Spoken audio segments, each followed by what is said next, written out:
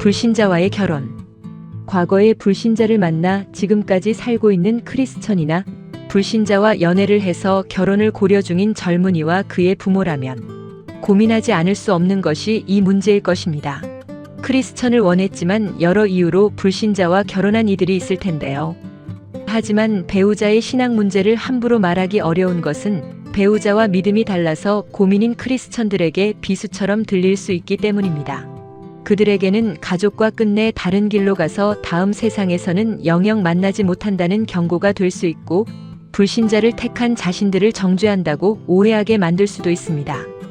불신 배우자에게는 계속 듣도록 전하되 바른 복음과 정확한 변증을 통해 온유하게 전해야 하고, 교회 생활보다는 가족들과 가정에 더 충실한 모습을 보이며 끝없는 사랑을 주는 것이 좋습니다. 오래 참음을 바탕으로 너무 강요하지는 말아야 하지만 정말 가끔은 진심을 담아 함께 천국에서 영원히 살자고 간곡히 당부해야 합니다.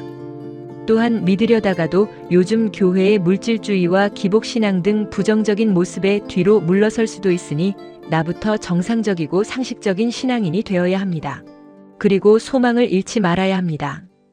오 아내여, 내가 내 남편을 구원할지 어찌 알겠느냐. 오 남자여, 내가 내 아내를 구원할지 어찌 알겠느냐. 고린도전서 7장 16절. 아직 결혼 전인 젊은이들에게는 꼭 이 문제에 신중할 것을 당부하고 싶습니다. 배우자와의 문제는 요행을 바랄 일이 아니고 말로 합의할 사안도 아닙니다. 물론 이상한 단체들이 하듯이 억지로라도 같은 신앙끼리 만나야 한다는 차원이 아닙니다. 모든 것은 자연스럽고 정상적인 과정을 통해야 합니다. 그것이 하나님의 뜻입니다. 대개 불신자와 결혼을 반대할 때 이 구절을 성경적 근거로 제시합니다. 너희는 믿지 않는 자들과 더불어 공평하지 않게 멍에를 같이 매지 말라.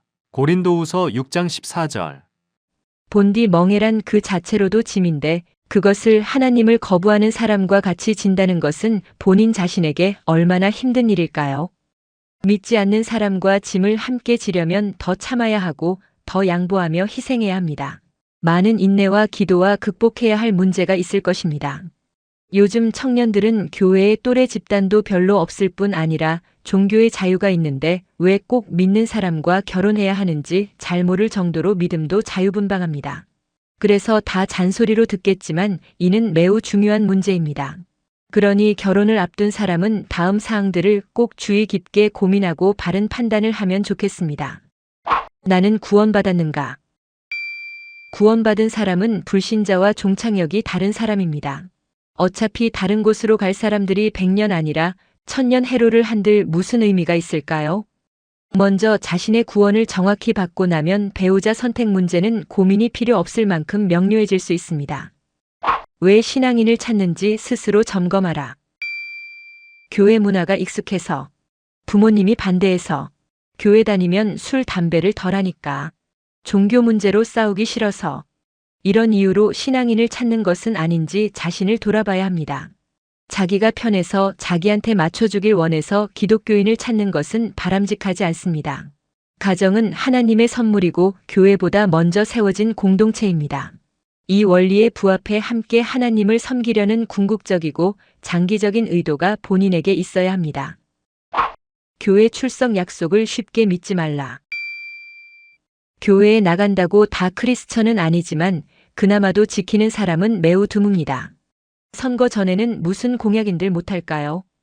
하늘의 별이라도 따줄 것 같은 연애 시절에 하는 말은 각서를 쓰고 혈서를 써도 말처럼 되는 것이 아닙니다. 이런 약속을 하는 사람을 선택하는 심리는 약속을 믿어서라기보다 불신자지만 결혼하고 싶은 사람의 자기 합리화일 수 있습니다. 믿음을 갖게 한 뒤에 결혼하라. 교회 출석이라는 단순 약속 정도가 아니라 스스로 믿음을 갖고 구원과 성경에 관심을 보이며 최소한 자기 가정을 같은 믿음으로 유지하겠다는 의지가 있어야 합니다. 물론 이 과정도 위장할 수는 있지만 진심이라면 대화를 통해 충분히 알 수 있습니다. 그러나 바리새인 같은 횡포를 부리지 말라. 상대방은 신앙이 없는데 나는 기독교인인 것이 무슨 벼슬은 아닙니다.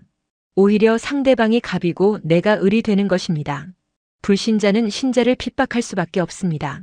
이것을 견디는 것이 그 사람을 감당하는 바른 자세입니다. 믿음이 없다고 정죄하고 말이 안 통한다고 제쳐두고 바리새인이 특권의식으로 이방인들을 정죄한 것과 같은 태도를 보이면 안 됩니다. 그 사람은 당신을 통해 기독교와 하나님을 읽는다는 것을 잊어선 안 됩니다. 그래도 해야겠다면 어쩔 수 없다. 결혼을 아예 안 하는 것보다는 나을 수 있습니다. 하나님의 가장 기본적인 명령은 다산하고 번성하는 것이기 때문입니다. 하나님은 사람의 자유의지를 꺾지 않으시고 어떤 결정이든 존중하십니다. 심지어 하나님을 거부하고 지옥에 가는 결정도 억지로 막지 않으십니다. 그것이 존귀한 인격체의 기본 전제이기 때문입니다. 그러므로 불신자와 굳이 하겠다면 그것도 막을 수 없습니다. 그러나 어떤 선택이든 대가는 항상 따릅니다. 그 뒤로는 가시밭길을 걷겠다는 각오가 있어야 합니다. 이런 경우에 부모는 자녀가 머지않은 날에 상대방을 전도하는 전화위복을 꿈꾸는 수밖에 없습니다. 세상 사람은 만나지도 말고 기독교인끼리만 뭉치자는 것이 아닙니다. 결혼 자체를 하나님이 창조하신 것이니 하나님을 기쁘시게 하면서 스스로도 행복해야 진짜 행복이라는 것입니다. 한 사람을 더 구원하고 그 사람과 함께 믿음의 자녀를 낳고 하는 것이 하나님이 기뻐하시는 일입니다.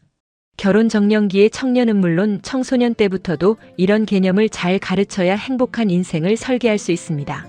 행복이란 단순히 잘 먹고 잘 사는 것이 아니고 지지고 볶아도 하나님 안에서 몸부림치는 것입니다. 이 험한 세상을 하나님도 없이 어떻게 지나겠다는 것일까요? 결혼은 둘이 마주보는 것이 아니라 한 곳을 바라보는 것이라 하고 한 배를 탔다고도 표현합니다. 하지만 같은 배를 타고 다른 곳을 보면 앞으로 나아갈 수 없는 법입니다. 그런 부부는 결국 하나님이 아닌 다른 것을 함께 바라보게 될 것입니다. 이 문제로 고민하고 기도하는 기혼 미혼의 모든 분들께 하나님의 위로와 말씀 안에서의 해답이 있기를 바랍니다.